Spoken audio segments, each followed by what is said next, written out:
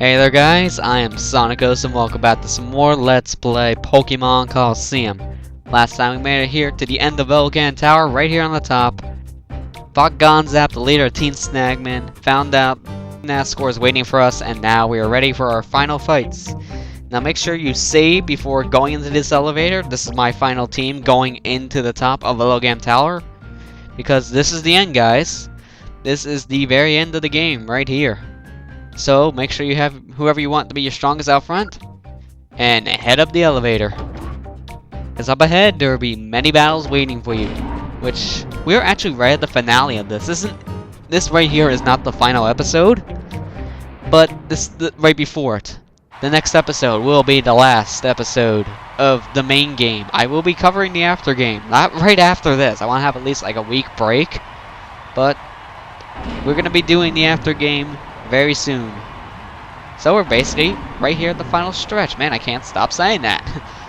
It's hard to believe. What kept you, Lester? I worried that perhaps Gonzap had beaten you. The time has come for you to pay off some debts. We have you battle as payment towards the huge losses you inflicted on us. I expect to see spectacular battling out of you. After all, you're here to entertain. Wahahaha. That starts the first of the 4 fights you're going to be encountering here.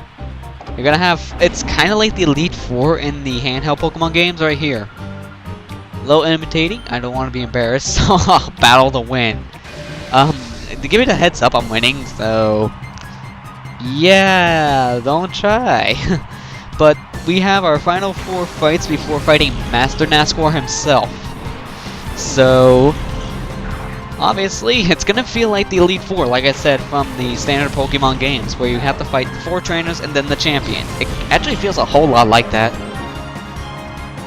Okay, I don't care. That thing's not gonna have any water moves. I just know that. So actually, we'll use a Psychic on that and Surf. Do this and see what happens. So basically, what you have to do in these fights is you're gonna have to battle 4 trainers before Nascour, like I said, but all 4 of them will have Shadow Pokemon, so we still have to deal with catching them. Luckily, though, since we have the Master Ball, we can use the Master Ball glitch or Pokeball glitch, whatever you want to call it, and don't have to worry about weakening it. Because at this point in the game, if you follow my suggestion here and train to be as high a level as I am, you're not gonna be able to weaken these Pokemon. Trust me. But we're gonna need them. We're gonna need him to be this strong for the final fight. And as you see, we got a Shadow Milk Tank. Oh man. I don't know about you guys, but I'm personally really hating Milk Tank right now. I'm replaying through Heart Gold here, and I got up to the 3rd gym at Whitney. And man, I trained my Pokemon to be at least level 17 right now. I'm able to paralyze this thing and everything all the time. I still can't beat that dang Milk Tank. The thing always can counter me somehow or restore itself or something. So right now I'm kind of hating this one Pokemon. To a point where I would very like to actually KO the thing and actually kill it in the game, not make it faint. So I'm sorry for that, it's just Whitney is basically the bane of our existence from our childhood. Luckily, as a kid, I never really, well, luckily and unluckily, I never really played the original Gold, Silver, or even Crystal, so I didn't get that whole entire experience of her being the bane of my childhood. Although I did get close in some Pokemon games. Don't know, I can't remember which ones, but I have gotten pretty close. Alright, so after that, there you go, the first fight's already taken down. This is gonna take us a little bit here just to do these standard fights in the beginning, just because of the length of all the battles are in the game in general, so well, one thing's for sure, the final battle will be worth it, because that's the one everyone probably would like to see me do right now. You get an Absol and a Sharpedo. Well, Sharpedo here is basically almost invulnerable to my Espeon unless they use Return. Great! I forgot about that thing. I might swap over to my my Ampharos, but probably won't need to, especially because the Absol Shadow Pokemon, I forgot about him being a Shadow Pokemon. And so we'll use the Master Ball on him. Usually I don't like doing the Master Ball kind of a thing, using a cheap trick like this So during the after game, I might not use the Master Ball like at all to catch the Shadow Pokemon, because there's 3 more Shadow Pokemon you can catch after the whole entire game is over. Get your total of, I believe, 48. And there I might kind of weaken them down, but the highest level we'll see in Shadow Pokemon be still level 40, so I don't know how well I can do that with this team. Even if I bring Macargo back, I can still kill those things pretty easily. And oh great, this guy's a Dark Trainer. I completely forgot all of his Pokemon are Dark types. So, I'm probably going to swap Espeon out next turn. That'll probably be my best bet, won't you think? And don't bother telling me in the comments or something, because you would be way too late on that. Oh geez, Crunch. I'm actually gonna... Whoa! Oh yeah, I'm definitely taking this turn to heal up. Because, I don't know if you noticed, it's hard to notice in the first fight, because I don't think I even took damage, but during these 4 fights with these standard trainers, you will not get healed between fights, and as you saw, you don't have a chance to be able to go back to a healing station or save station or something. So make sure by this point in the game as well, you either have a lot of revives and potions and stuff, or you also have Pokemon that can use moves like Recover or Morning Sun. But I don't think there's like any Pokemon really you can have at this point that knows Recover in this game, because all the Shadow Pokemon they gave you I don't think can know Recover. At least to my knowledge. So I'm going to use Morning Sun again. Don't worry, after these 4 fights they do heal you, I do remember that much. But I can tell you this, they won't heal you during the fights. Not at all. So let's see. Critical? Oh, you had a critical before. That's not fair. And of course, it's going for another Crunch. Things always try to go over the same tactic. Always. Even if it works, they still, you know, go for it. Even if it doesn't work, they go for it. So you get the idea. So go ahead, slash, and return it.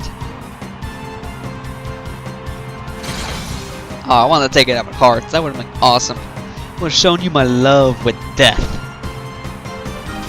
Well, at least I can show you your death now. See, there you go. 2 out of the 4 trainers all defeated. Ah, man. I seriously remembered a lot about this final part of the game.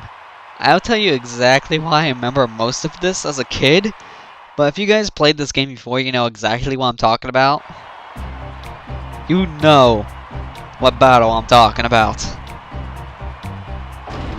But anyways, here's our 3rd person. That's funny how like the first 2 are like standard trainers, and then like the last 2 fighters you have to fight are these cipher grunts, as I like to call them. So I've been looking forward to meeting you.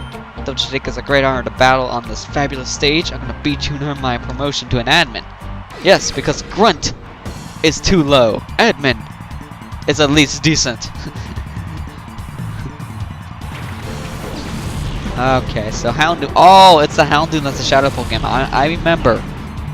I remember that Houndoom is a Shadow Pokemon. And oh man, do I love Houndoom. Houndoom's really one of my favorite Pokemon growing up as a kid. It's not because of its design or anything. I loved how it looked though, but I personally did not care if my Pokemon looked like the coolest thing ever, or if it looked like a trash bag. As long as the thing had, yes, I know that I'm saying, I'm talking about you, 5th gen. I'm talking about you. But really, I love how strong that thing was. That thing was a beast whenever I used it back in, I think I used, Houndoom in the sequel to this game once before. Because I cut the Houndour and started training it up. And man, that thing was amazing. And I remember I caught this thing on this game. I think I trained it up on my Fire Red Elite Green game. And man, that thing actually got really strong. And knew pretty good moves too. It's just I couldn't take full advantage of it as a kid.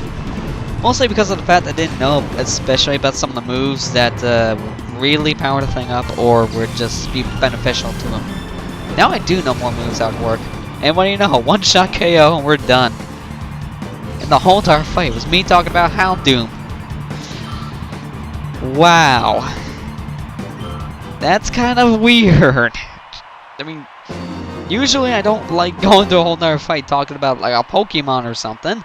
And yet somehow I did. The only reason why is because it just kind of makes me look not only like a nerd, I guess you could say, but well, how am I not a nerd from not doing this game in general is what I want to know. And now I'm rambling. Okay, here's the 4th guy. Maybe now we'll see more of a challenge than 1-hit KOs. Well, the Dark Dragon was the biggest challenge we had. That's because I'm going to attack with Espeon Psychic. I'm the last battler. No, I didn't know that. I'll show you exactly why I was chosen to anchor our squad. Why? Because you're going to be the one falling the farthest? Let's find out about that. Alright, so he sends out Tropicus and Cradley. I should probably have out my Hariyama for that Cradley. That'd be very nice. Because then I could just like use Cross Chop and maybe one-hit KO that thing too. Even though that thing has really good defense, which is one of the only things I really like about that Pokemon. So once again, let's see here, get our Master Ball. Go ahead and swap it out so we get to keep it. Which is funny, how would you think that trick would work if you tried that in real life? Like, okay, I'm gonna keep myself a Master Ball. I'm just gonna swap it with this Pokeball and hope somehow when I use this it still works. It's like, you're still getting rid of the item. How do you keeping it and saving the thing and using it at the same time? That doesn't make sense. Let's see if somehow it has like 100 of them in his bag and they don't tell you or something. It's funny. It's always one of those things that makes you think in these games. Yeah, see, that's why I kind of said why not have Hariyama do a cross shot, because that probably would have done more damage than Ice Beam. Even though it was super effective, it could have still done more damage because of the same type of attack bonus. And aw man, I'm lucky this is the final battle before Nascour, or else that poison would be a huge nuisance. So let's take out the Vileplume with Psychic here and watch the thing go down one shot. Not only because of overpoweringness, but because of how weak the special defense are. Yes, are. On Vileplume. And pedal flip. That's funny how Vileplume in this game like kind of flips their pedals, like the front pedal there when it dies. But you see, there's something special about this third guy. That's why I said he's the anchor. He has 4 Pokemon instead of 3. Yeah, 4 Pokemon. Isn't it exciting? It's funny how he's calling himself the anchor. I mean, seriously, this guy isn't actually any better than everyone else. In fact, I still say that the one guy who used the dark types was the hardest trainer. And that's because I had to actually go around tactics here to defeat him.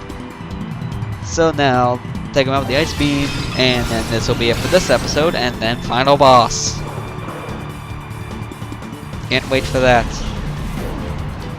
So, with that, I guess next time on Let's Play Pokemon Colosseum, we will fight ourselves Nascour and finally defeat Zipper. So I'll see you guys next time.